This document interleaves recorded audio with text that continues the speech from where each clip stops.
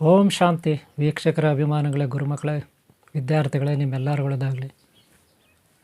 ಚಕ್ರಗಳು, ಸಪ್ತ ಚಕ್ರಗಳು, ಕುಂಡಲಿನಿ ಸಾಧನೆ ಅಂತ ನೀವು ಕೇಳಿದಿರ. ಸಪ್ತ ಚಕ್ರಗಳು ಅಂತ ನಿಮ್ಗೆ ಗೊತ್ತಿದೆ. ಅದರಲ್ಲಿ 7 ಚಕ್ರಗಳಿರುತ್ತೆ ಅಂತ ಕೂಡ ನೀವು ತಿಳ್ಕೊಂಡಿದ್ದೀರ. ನಮ್ಮ ಶರೀರದಲ್ಲಿ ಇರುತ್ತೆ ಅಂತ ನೀವು ತಿಳ್ಕೊಂಡಿದ್ದೀರ. ಒಟ್ಟಾರೆ ಚಕ್ರಗಳು ಅಂದರೆ ಒಂದೊಂದು ಚಕ್ರನೂ ಆಯಾ ಸ್ಥಾನದಲ್ಲಿ, ನಮ್ಮ ಶರೀರದಲ್ಲಿ ಆಯಾ ಸ್ಥಾನದಲ್ಲಿ ಇರ್ತಕ್ಕಂಥ ಶಕ್ತಿ ಕೇಂದ್ರಗಳು. ಮೊದಲನೇದಾಗಿ ಮೂಲಾಧಾರ. ನಮ್ಮ 2 ಕಾಲುಗಳ ಕೆಳಗಡೆ ನಾವು ಏನು ಕೂತ್ಕೋತೀವಿ, ಬೇಸ್ ಅಂತೀವಿ, ಅದನ್ನು ಮೂಲ, ನಮ್ಮ ಬೆನ್ನುಮೂಳೆ ಇರಿದೆಯಲ್ಲ, ಅದರಲ್ಲಿ ಕೊನೆಯ ಭಾಗ ಕೆಳಗಡೆ ನಮ್ಮ ಬೆನ್ನುಮೂಳೆ ಇದೆಲ್ಲ, ಇಲ್ಲಿಂದ ಕುತ್ತಿಗೆಯಿಂದ ಬೆನ್ನುಮೂಳೆ ಹೋಗುತ್ತೆ, ಲಾಸ್ಟಲ್ಲಿ ಕೆಳಗಡೆ ಅದನ್ನು ನಾವು ಮೂಲಾಧಾರ ಚಕ್ರ ಅಂತೀವಿ. ಅಂದರೆ ಅಲ್ಲಿ ಶಕ್ತಿ ಇರುತ್ತೆ, ಶಕ್ತಿ ಸ್ಪ್ರೆಡ್ ಆಗ್ತಾ ಇರುತ್ತೆ, ಅದನ್ನು ಮೂಲಾಧಾರ ಚಕ್ರ ಅಂತೀವಿ. ನಾನಿವತ್ತು ನಿಮಗೆ ಮೂಲಾಧಾರ ಚಕ್ರದ ಅಧಿಪತಿ ಯಾರು, ಅಂದರೆ ದೇವರು ಯಾರು, ಅಧಿಪತಿ ಗಣಾಧಿಪತಿ, ಯಾಕೆ ಗಣಾಧಿಪತಿ ಅಲ್ಲಿ ಅಧಿಪತಿ ಆಗ್ತಾರೆ ಅನ್ನೋದನ್ನು ನಾನು ಸ್ವಲ್ಪ ತಿಳಿಸ್ಕೊಡ್ತೀನಿ ಇವತ್ತು ಮಾತಿ. ಮೂಲಾಧಾರ ಚಕ್ರದ ಅಧಿಪತಿ ಯಾರು ಅಂತ ತಿಳಿಸ್ಕೊಡ್ತೀನಿ.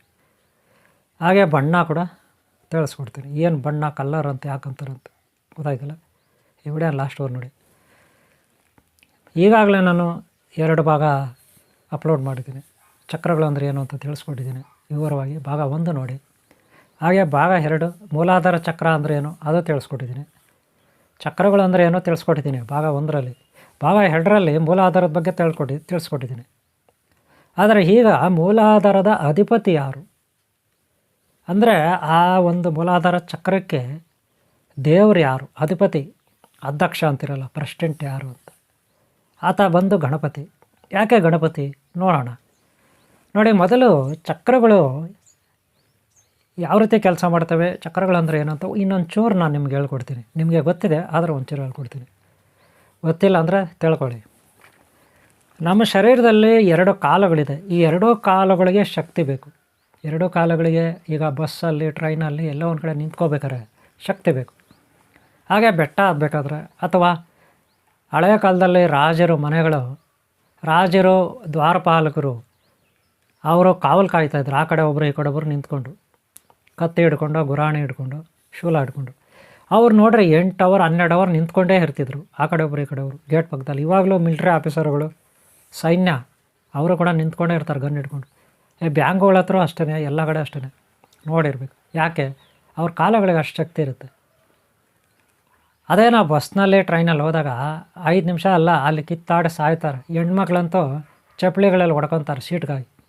ಹೆಣ್ಮಕ್ಳಿಗೆ ಬಿಡಿ ಪಾಪ, ಅವ್ರ ಕಾಲುಗಳಿಗೆ ಆರೋಗ್ಯ ಅವ್ರದ್ದು ಸಮಸ್ಯೆ. ಅದಕ್ಕೆ ಒಟ್ಟಿನಲ್ಲಿ ಏನಾಗಲಿ, ಕಾಲುಗಳು ನಾವು ಎಲ್ಲೇ ಹೋದರೂ 1 ಅವರ್ 2 ಅವರ್ 3 ಅವರ್ ನಿಂತ್ಕೋಬೇಕು. ನಮ್ಮ ಕಾಲುಗಳಿಗೆ ಏನೂ ಆಗಬಾರ್ದು. ಒಂದನೇದು.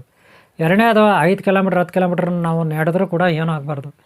ನಮ್ಮ ಕಾಲುಗಳು ಗಟ್ಟಿಯಾಗಿರಬೇಕು, ಏನೂ ನೋವು ಬರಬಾರ್ದು. ಎರಡನೇದು, ನಾವು ಎಷ್ಟೊತ್ತಾಗಿ ಕೂತ್ಕೊಳ್ಳಿ ಪದ್ಮಾಸನದಲ್ಲಿ, 5 ನಿಮಿಷ ಕೂತ್ಕೊಳ್ಳಿ, 10 ನಿಮಿಷ ಕೂತ್ಕೊಳ್ಳಿ, 15 ನಿಮಿಷ ಕೂತ್ಕೊಳ್ಳಿ, ನಮಗೊಂಚೂರು ನೋವು ಬರಬಾರ್ದು. ಹಂಗಿದ್ರೆ ನಾವು 2 ನಿಮಿಷ ಪ್ರಾಕ್ಟೀಸ್ ಮಾಡಬೇಕು. ಮೊದಲು 1 ವಾರ ನಾವು 2 ನಿಮಿಷ ಪ್ರಾಕ್ಟೀಸ್ ಮಾಡಬೇಕು ಪದ್ಮಾಸನದಲ್ಲಿ ಕೂತ್ಕೊಂಡು. ಅವಾಗ ಕಾಲುಗಳು ಜೋಮ್ ಹಿಡಿತದೆ, ನೋವು ಬರ್ತದೆ, ಕತ್ತಲಬಾರ್ದು. ಮುಂದಿನ ವಾರ 4 ನಿಮಿಷ ಪ್ರಾಕ್ಟೀಸ್ ಮಾಡಬೇಕು. ಆಮೇಲೆ ಇನ್ನೊಂದು ವಾರ 5 ನಿಮಿಷ ಪ್ರಾಕ್ಟೀಸ್ ಮಾಡಬೇಕು. ಆಮೇಲೆ ಇನ್ನೊಂದು ವಾರ 7 ನಿಮಿಷ, ಆಮೇಲೆ ಇನ್ನೊಂದು ವಾರ 9 ನಿಮಿಷ, ಆಮೇಲೆ ಇನ್ನೊಂದು ವಾರ 10 ನಿಮಿಷ ಪ್ರಾಕ್ಟೀಸ್ ಮಾಡಬೇಕು. ಟೋಟಲಾಗಿ 2 ತಿಂಗಳು ನೀವು ಪ್ರಾಕ್ಟೀಸ್ ಮಾಡಿಬಿಟ್ರೆ, ಕೂತ್ಕೊಂಡಿದ್ದಾಗ ಅರ್ಧ ಗಂಟೆ 1 ಗಂಟೆ ಕೂತ್ಕೊಳ್ಳೋಂಥ ಸಾಮರ್ಥ್ಯ ನಿಮ್ಗೆ ಬರುತ್ತೆ. ಅದರ ಅರ್ಥ ಏನಪ್ಪ ಅಂದರೆ, ನಿಮ್ಮ ಕಾಲಗಳು ಆನೆಯ ಕಾಲಗಳಷ್ಟು ಬಲ ಬರುತ್ತೆ. ಆನೆ ಕಾಲಗಳಿರುತ್ತಲ್ಲ, ಅಷ್ಟು ಬಲ ಬರುತ್ತೆ. ಅಷ್ಟೆಲ್ಲ ನಿಮ್ಮ ಮನಸ್ಸು ಶಾಂತವಾಗಿ ಓಂಕಾರ ಸ್ವರೂಪವಾಗಿರುತ್ತೆ. ಇಡೀ ಶರೀರದ ರಕ್ತ ನಮ್ಮ ಕಾಲುಗಳಲ್ಲೇ ಅರ್ಧ ಇರ್ತದೆ. ಸೊಂಟದಿಂದ ಕೆಳಗಡೆ ಕಾಲುಗಳಲ್ಲೇ ಅರ್ಧ ಇರುತ್ತೆ. ನರನಾಡುಗಳಿರುತ್ತೆ, ಮೂಳೆಗಳಿರುತ್ತೆ, ಮಾಂಸಖಂಡಗಳಿರುತ್ತೆ. ಅವೆಲ್ಲ ಹೆಂಗಾಗುತ್ತೆ ಅಂದರೆ, ನೀವು 2 ತಿಂಗಳು ಪ್ರಾಕ್ಟೀಸ್ ಮಾಡೋಷ್ಟೊತ್ತಿಗೆ, 2 ತಿಂಗಳೊಳಗೆ ನೀವು ಪ್ರಾಕ್ಟೀಸ್ ಮಾಡಿದ್ರೆ 2 ಅವರ್ ಕೂತ್ಕೋಬೋದು. ಕದಲ್ದಿರ ಕೂತ್ಕೋಬೋದು. ಒಂಚೂರು ಕೂಡ, ಒಂಚೂರು ಜೋಮ್ ಹಿಡಿಯಲ್ಲ, ಒಂಚೂರು ನೋವು ಬರೋಲ್ಲ, ಒಂಚೂರು ಸಂಕಟ ಆಗಲ್ಲ, ಕಷ್ಟ ಆಗೋಲ್ಲ, ನೀವು 2 ತಿಂಗಳು ಪ್ರಾಕ್ಟೀಸ್ ಮಾಡಿಬಿಟ್ರೆ. ಆದರೆ ಪ್ರಾಕ್ಟೀಸ್ ಮಾಡೋವಾಗ ತುಂಬಾ ಕಷ್ಟ ಆಗುತ್ತೆ. 2 ನಿಮಿಷ ಕೂರೋದೇ ಕಷ್ಟ ಆಗುತ್ತೆ ಪ್ರಾರಂಭದಲ್ಲಿ. ಆಮೇಲೆ 5 ನಿಮಿಷ ಅಂತ ಕೂರ್ಬಿಟ್ರೆ ಇನ್ನೂ ಕಷ್ಟ ಆಗುತ್ತೆ ಪ್ರಾರಂಭದಲ್ಲಿ. ಆಮೇಲೆ 10 ನಿಮಿಷ ಕೂರ್ಬಿಟ್ರೆ ನಿಮ್ಮ ಕಾಲುಗಳಂತೂ ನೋವಿಗಿರೋಕ್ಕಾಗಲ್ಲ, ಕಾಲು ಎತ್ತಿಡೋಕ್ಕಾಗಲ್ಲ, ಅಷ್ಟು ಬಾಧೆ ಇರುತ್ತೆ. ಇದು ಪ್ರಾರಂಭದಲ್ಲಿ. ಆದರೆ ಅನಂತರ ನಿಮ್ಗೆ ಹಂಗಾಗಲ್ಲ. ನೀವು 1 ತಿಂಗಳಾದ್ಮೇಲೆ ನೋಡಿ, ನೋವು ಕಡಿಮೆ ಆಗ್ತಾ ಹೋಗುತ್ತೆ. 1 ತಿಂಗಳೊಳಗೆ ನೋವು ಜಾಸ್ತಿ ಆಗ್ತಾ ಹೋಗುತ್ತೆ. ಆಮೇಲೆ ನೋವು ಕಡಿಮೆ ಆಗ್ತಾ ಹೋಗುತ್ತೆ, ಆಮೇಲೆ ಸರಿ ಹೋಗ್ಬಿಡುತ್ತೆ. ಲೈಫಲ್ಲಿ ನಿಮ್ಮ ಕಾಲುಗಳು ನಿಮ್ಮ ಕಂಟ್ರೋಲಿಗೆ ಬರ್ತವೆ. ನಿಮ್ಮ ಕಾಲುಗಳು ನಿಮ್ಮ ಕಂಟ್ರೋಲಿಗೆ ಬಂದಿದೆ ಅಂದರೆ ಆನೆಯ ಕಾಲುಗಳು ನಿಮ್ಮ ಕಂಟ್ರೋಲ್ಗೆ ಬಂದಿದೆ. ಆನೆ ಅಂದರೆ ಗಣಪತಿಯ ಕಾಲುಗಳು ನಿಮ್ಮ ಕಂಟ್ರೋಲ್ಗೆ ಬಂದಿದೆ. ಗಣಪತಿ ಕಾಲುಗಳ ಮೇಲೆ ಹೊಟ್ಟೆ ಇರುತ್ತೆ. ಹೊಟ್ಟೆ ಅಂದರೆ ಬ್ರಹ್ಮಾಂಡ, ಅದರಲ್ಲಿ ಭೂಮಿ ಬಂದು ನಿಮ್ಮ ಅಧೀನಕ್ಕೆ ಬರುತ್ತೆ. ಇಡೀ ಭೂಮಿ ಶಕ್ತಿ, ಭೂಮಿನಲ್ಲಿರುವ ಶಕ್ತಿ ಎನರ್ಜಿ, ಪಂಚಭೂತಗಳಲ್ಲಿ ಭೂಮಿ ಕೂಡ ಒಂದು. ಆ ಭೂಮಿಯ ಶಕ್ತಿ ನಿಮ್ಮ ಕಂಟ್ರೋಲ್ಗೆ ಬರುತ್ತೆ. ಅರ್ಧ ಪ್ರಪಂಚವನ್ನೇ ನೀವು ಗೆಲ್ಬೋದು ನಿಮ್ಮ ನರನಾಡಿಗಳು ನಿಮ್ಮ ಕಂಟ್ರೋಲ್ಗೆ ಬಂದರೆ. ಇದು ಸಿದ್ಧಾಂತ.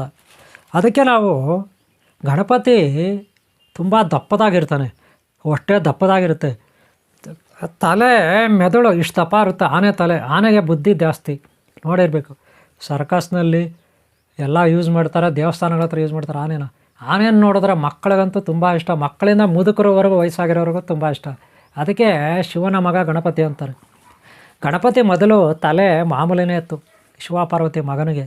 ಆಮೇಲೆ ತಲೆ ಶಿವ ಕಡಿದ್ಮೇಲೆ ಗಣಪತಿ ಆನೆ ತಲೆಯನ್ನೇ ತಂದಿಟ್ರು, ಬೇರೆ ಯಾವುದೂ ತಲೆಯನ್ನು ತಂದಿಡಲಿಲ್ಲ ಅಲ್ವಾ. ಆನೆ ಯಾಕೆ? ಬುದ್ಧಿ ಜಾಸ್ತಿ, ಮೆದುಳು ಜಾಸ್ತಿ ಇದ್ದಷ್ಟು ಬುದ್ಧಿ ಜಾಸ್ತಿ. ಅದೇ ನೋಡಿ ಚೈನಾದವರು, ಜಪಾನ್ನವರು ತಲೆ ಜಾಸ್ತಿ ಇರುತ್ತೆ, ಅವ್ರಿಗೆ ಬುದ್ಧಿ ಜಾಸ್ತಿ. ಗೊತ್ತಾಯ್ತಲ್ಲ. ಈ ರೀತಿ ಗಣಪತಿಗೆ ಬುದ್ಧಿ ಜಾಸ್ತಿ, ವಿದ್ಯಾ ಬುದ್ಧಿ ಸಿದ್ಧಿ. ಗಣಪತಿಗೆ ಸಿದ್ಧಿ ಬುದ್ಧಿ, ಆಮೇಲೆ ಸುಖಾಲಾಭ ಇವರೆಲ್ಲ ಇರ್ತಾರೆ ಅವರಿಗೆ ಸಪೋರ್ಟ್ಗೆ. ಗಣಪತಿ ಧರ್ಮಪತ್ನಿಯರು ಯಾರು? ಸಿದ್ಧಿ ಬುದ್ಧಿ. ಅವ್ರ ಮಕ್ಕಳು ಯಾರು? ಸುಖಾಲಾಭ ಅಲ್ವಾ. ಎಲ್ಲ ಇಲ್ಲೇ ಇದೆ ನೋಡ್ರಿ, ಸಿದ್ಧಿ ಇದೆ, ಬುದ್ಧಿ ಇದೆ, ಸುಖ ಇದೆ, ಲಾಭ ಇದೆ. ಹಾಗೆ ಅವ್ರ ತಂಗಿ ಇರ್ತಾರೆ ಗಣಪತಿಗೆ, ಕುಮಾರಸ್ವಾಮಿ ಸಂತೋಷಿ ಮಾತೆ, ಸಂತೋಷ ಕೂಡ ಇದೆ. ಇನ್ನು ಗಣಪತಿಗೆ ತಮ್ಮ ಇರ್ತಾನೆ, ಸೇನಾ ನಾಯಕ, ದಂಡನಾಯಕ, ದೇವತೆಗಳ ಸೇನಾ ನಾಯಕ ಯಾರು? ಸೇನಾಧಿಪತಿ ಯಾರು? ಕುಮಾರಸ್ವಾಮಿ. ಬೆಳ್ಳಿ ಮಾತ, ದೇವಸೇನ ಮಾತ. ಹೀಗೆ ಒಂದು ಅದ್ಭುತವಾದ ಶಕ್ತಿ. ಮೂಷಕರಾಜ್ ಮಯೂರದೇವತಾ ವಾಹನ ಗಣಮರು. ಓಕೆನಾ. ಈ ರೀತಿ ಗಣಪತಿ ಮೂಲಾಧಾರಕ್ಕೆ ಅಧಿಪತಿ ಅಂತ ನಾವು ಕರಿತೀವಿ. ಮೊದಲು ನಾವು ಗಣಪತಿಯನ್ನೇ ಆರಾಧಿಸ್ತೀವಿ. ಯಾವುದೇ ದೇವಸ್ಥಾನದಲ್ಲಿ ನೋಡ್ರಿ ಗಣಪತಿ ಇರ್ತಾನೆ. ಏನೇ ಹೋಮ ಮಾಡಬೇಕಾಗಲಿ, ಏನೇ ಕಥೆ ಮಾಡಬೇಕಾಗಲಿ, ಏನೇ ಸ್ಕೂಲಲ್ಲಿ ಇನ್ನೊಂದು ಕಡೆ ಮತ್ತೊಂದು ಕಡೆ ಫಸ್ಟ್ ಗಣಪತಿಯನ್ನೇ ಪೂಜೆ ಮಾಡ್ತೀವಿ. ಯಾಕಂದರೆ ದೇವತೆಗಳಿಗೆ ಎಲ್ಲ ಈ ಜಗತ್ತಿಗೆ ಅಧಿಪತಿ ಯಾರು? ಪ್ರೆಸಿಡೆಂಟ್ ಯಾರು? ಎಲ್ಲದಕ್ಕೂ ಗಣ ಅಂದರೆ ಪ್ರತಿ ವಸ್ತು. ಗಣ ಅಂದರೆ ಶುದ್ಧತೆ ಇರ್ತಕ್ಕಂಥ ಪ್ರತಿ ವಸ್ತು, ಪ್ರತಿ ಜೀವಿ. ಗಣ ಅಂದರೆ ಶುದ್ಧತೆ. ಆ ಶುದ್ಧತೆಗೆಲ್ಲ ಅಧಿಪತಿ ಯಾರು? ಗಣಪತಿ.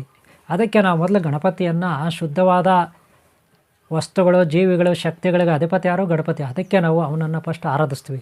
ಹಾಗೆ ಇಲ್ಲಿ ಕೂಡ ನಮ್ಮ ಕಾಲಗಳಿಗೆ ಮೊದಲು ಮೂಲಾಧಾರ ಚಕ್ರಕ್ಕೆ ಅವನೇ ಅಧಿಪತಿ, ದೇವರು ಅಂತ ನಾವು ಪೂಜಿಸ್ತೀವಿ, ಆರಾಧಿಸ್ತೀವಿ. ಅವನು ನಮಗೆ ಒಲಿತಾನೆ. ಯಾವಾಗ? ನೀವು 2 ತಿಂಗಳು ಕೂತಿತ್ತಾಗೆ ಕೂತು 2 ನಿಮಿಷ, 5 ನಿಮಿಷ, 10 ನಿಮಿಷ ಹಿಂಗೆ ಪ್ರಾಕ್ಟೀಸ್ ಮಾಡಿ 2 ಅವರ್ ನಿಮ್ಗೆ ಯಾವಾಗ ಕೂರಕ್ಕೆ ಬರುತ್ತೆ ಆವಾಗ ಗಣಪತಿ ನಿಮ್ಗೆ ಒಲ್ದಿದ್ದಾನೆ ಅಂತ ಅರ್ಥ. ಅಂದರೆ ನಿಮಗೆ ಸಿದ್ಧಿ ಆಗಿದೆ, ಸಿದ್ಧಿ ಮಾಡ್ಕೊಂಡಿದ್ದೀರಾ, ಗಣಪತಿ ಸಿದ್ಧಿ. ಮೂಲಾಧಾರ ಚಕ್ರದ ಸಿದ್ಧಿ ಮಾಡ್ಕೊಂಡಿದ್ದೀರಾ, ಮೂಲಾಧಾರ ಚಕ್ರಾಧಿಪತಿಯ ಪ್ರೆಸಿಡೆಂಟ್ನ ನೀವು ವಶ ಮಾಡ್ಕೊಂಡಿದ್ದೀರಾ ಅಂತ ಅರ್ಥ. ಆವಾಗ ನೀವು ಬೆಟ್ಟಗಳು ಹತ್ಬೋದು, 10 ಕಿಲೋಮೀಟ್ರ್ ನಡಿಬೋದು. ಆನೆಗಳು ನೋಡಿರಿ, ಈ ಸ್ಟೇಟಿಂದ ಇನ್ನೊಂದು ಸ್ಟೇಟ್ಗೆ, ಇನ್ನೊಂದು ಸ್ಟೇಟಿಗೆ ನಡ್ಕೊಂಡೇ ಹೋಗ್ತಿರ್ತವೆ, ಅಷ್ಟು ಬಲ ಇರ್ತವೆ. ಆ ರೀತಿ ನಿಮ್ಗೊಂದು ಆನೆ ಬಲ ಬರುತ್ತೆ, ಒಳ್ಳೆಯ ಬುದ್ಧಿ ಬರುತ್ತೆ. ಅಂದರೆ ಗಣಪತಿ ಸಿದ್ಧಿ ಆಗಿರುತ್ತೆ. ಆನೆ ಬಲದಷ್ಟು ಬಲ ಬಂದಿರುತ್ತೆ, ನಿಮಗೆ ಸಿದ್ಧಿ ಆಗಿರುತ್ತೆ ನಿಮ್ಮ ಶರೀರದಲ್ಲಿ, ನರ ನಾಡಿ ಮಾಂಸಖಂಡಗಳಲ್ಲಿ. ಹಾಗೆ ನಿಮಗೆ ಯಾವುದೇ ವಿಘ್ನಗಳು ಬರಲ್ಲ, ಕಷ್ಟಗಳು ಬರಲ್ಲ. ಅಲ್ಲಿಂದ ಪ್ರಾರಂಭ ಆಗುತ್ತೆ ನಿಮ್ಮ ಜರ್ನಿ, ಅಭಿವೃದ್ಧಿಯ ಪಥ. ಅದಕ್ಕೆ ನಾವು ಗಣಪತಿಯನ್ನು ಮೂಲಾಧಾರ ಚಕ್ರದ ಅಧಿಪತಿ ಅಂತ ನಾವು ಕರಿತೀವಿ. ಹಾಗೆ ಇನ್ನು ಕಲ್ಲರ್ ನೋಡೋಣ. ಅಲ್ಲಿ ಕಲ್ಲರ್ ರೆಡ್ ಬರುತ್ತೆ, ಯೆಲ್ಲೋ ಬರುತ್ತೆ, ಆರೆಂಜ್ ಬರುತ್ತೆ. ಅದು ನೆಕ್ಸ್ಟ್ ನಾನು ಪಾಠ ಮಾಡ್ತೀನಿ, ನೆಕ್ಸ್ಟ್ ಪಾರ್ಟ್ನಲ್ಲಿ. ಈ ಪಾರ್ಟ್ ಇಲ್ಲಿ ಮುಗಿಸ್ತಾ ಇದ್ದೀನಿ. ನಿಮ್ಮೆಲ್ಲರೂ ಒಳ್ಳೆಯದಾಗಲಿ. ಹಾಗೆ ಈ ಭಾಗ ನಿಮ್ಗೆ ಇಷ್ಟ ಆಗಿದರೆ ಒಂದು ಲೈಕ್ ಮಾಡೋಕೆ ಬರಬೇಡಿ. ಹಾಗೆ ಹಿಂದಿನ ಭಾಗಗಳಿದೆ ಮೂಲಾಧಾರ ಚಕ್ರದ್ದು, ಅದು ನೋಡಿ. ಹಾಗೆ ಮುಂದಿನ ಭಾಗ ನೋಡಿ. ನಿಮ್ಮೆಲ್ಲರೂ ಒಳ್ಳೆಯದಾಗಲಿ. ಒಂದು ಲೈಕ್ ಮಾಡೋದು ಮರಿಬೇಡಿ. ಹಾಗೆ ಸಬ್ಸ್ಕ್ರೈಬ್ ಮಾಡ್ಕೊಳ್ಳಿ. ಹಾಗೆ ಇಲ್ಲಿ ಆನ್ಲೈನ್ ಕ್ಲಾಸಸ್ ಇರುತ್ತೆ. ಆನ್ಲೈನ್ ಕ್ಲಾಸಸ್ಸಲ್ಲಿ ಗುರುಗಳು ಪಾಠ ಮಾಡ್ತಾರೆ. ಆನ್ಲೈನ್ ಕ್ಲಾಸಸ್ಗೆ ನೀವು ಉಚಿತವಾಗಿರುತ್ತೆ. ಇಲ್ಲಿ ಯಾವುದೇ ಡೊನೇಷನ್ ಇರೋಲ್ಲ, ಫೀಸ್ ಇರೋಲ್ಲ, ಉಚಿತವಾಗಿರುತ್ತೆ. ನೀವು ಸೇರ್ಕೋಬೇಕು. ನಂಬರ್ಗೆ ಕಾಲ್ ಮಾಡಿ. ಆದರೆ ಓನ್ಲಿ ವೆಜಿಟೇರಿಯನ್ ನೆನ್ಪಿಟ್ಕೊಳ್ಳಿ. ಓಕೆ, ನಮ್ಗೆ ಒಳ್ಳೆಯದಾಗಲಿ. ಓಂ ಶಾಂತಿ, ಓಂ ಶಾಂತಿ, ಓಂ ಶಾಂತಿ.